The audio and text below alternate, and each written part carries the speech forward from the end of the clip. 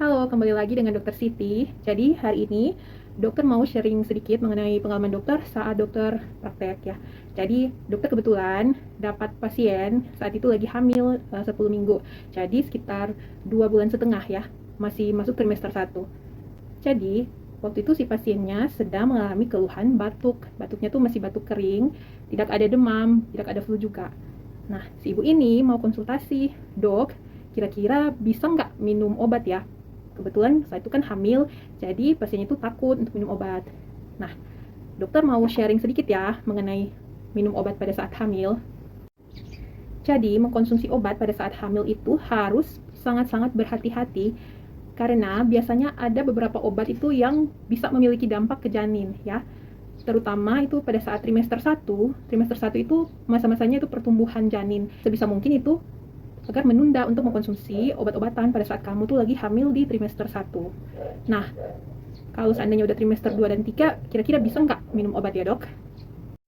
Nah, untuk kategori keamanan obat sendiri untuk ibu hamil itu dari FDA atau Food Drugs Administration dari Amerika Serikat sudah mengkategorikan khusus obat-obat yang aman untuk ibu hamil. Jadi untuk kategori FDA A itu termasuk aman untuk digunakan untuk ibu hamil.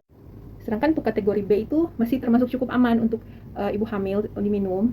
Kategori C itu ya bisa tapi sedikit beresiko. Sedangkan untuk kategori D itu ada bukti positif terhadap resiko yang bisa terjadi jika diminum.